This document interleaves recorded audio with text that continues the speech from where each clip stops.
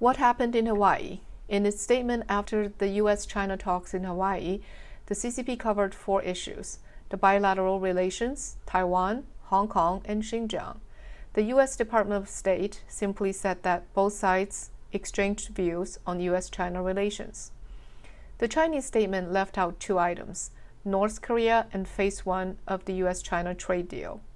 Not mentioning North Korea indicates that the CCP doesn't have any new positions on the issue.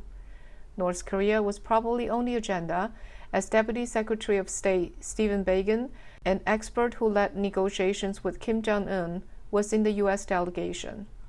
As for Phase 1 of the U.S. China trade deal, China imported 720,000 tons of soybeans and 644,000 tons of new crops recently.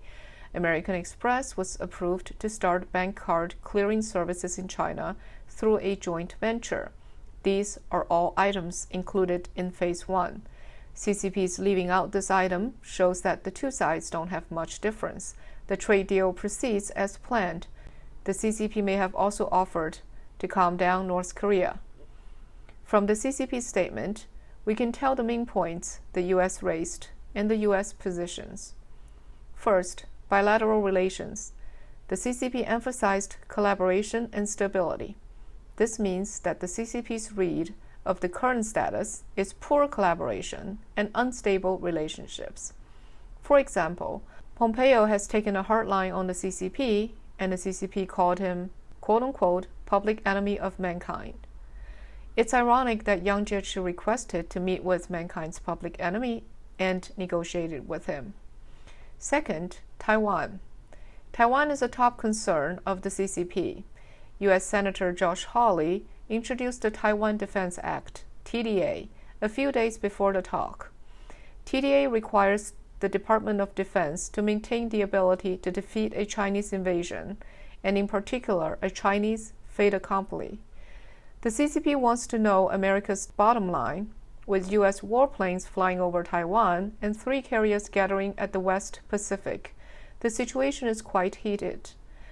Americans also would like to know the CCP's intentions, that Chinese naval and air forces have been circling Taiwan lately. CCP's recent actions are suspicious. It's possible that the CCP is normalizing the threat and setting the stage for sudden attacks. Third, Hong Kong. Yang talked about 4 things on the Hong Kong issue. 1. Hong Kong is China's internal affairs. 2. The CCP is determined to implement the Hong Kong national security law. 3. The CCP objects to the U.S. position and the statement of the G7 group. 4. The CCP hopes that America can evaluate Hong Kong issues, quote-unquote, fairly and objectively.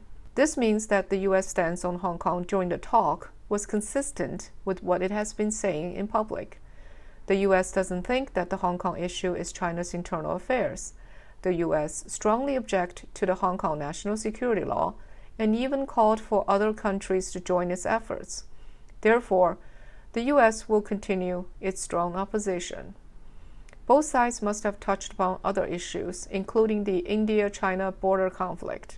6 hours of formal talk and 1-hour dinner was quite tight to cover all the issues. Plus, Yang probably used translators so he could take a complete record back with him to Beijing for Xi Jinping. Beijing is probably going to do an in-depth analysis of the talk and try to discern which words represented America's true stance and which were used for negotiation tactics. The CCP will base its next round of responses on its assessment and judgment. Of course, we're most interested in the Hong Kong issue because it is a new one.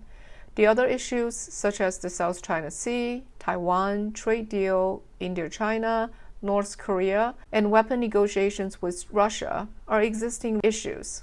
Because the Hong Kong issue is new, both sides will work hard on gaining ground. The Chinese statement shows that there wasn't any consensus on Hong Kong.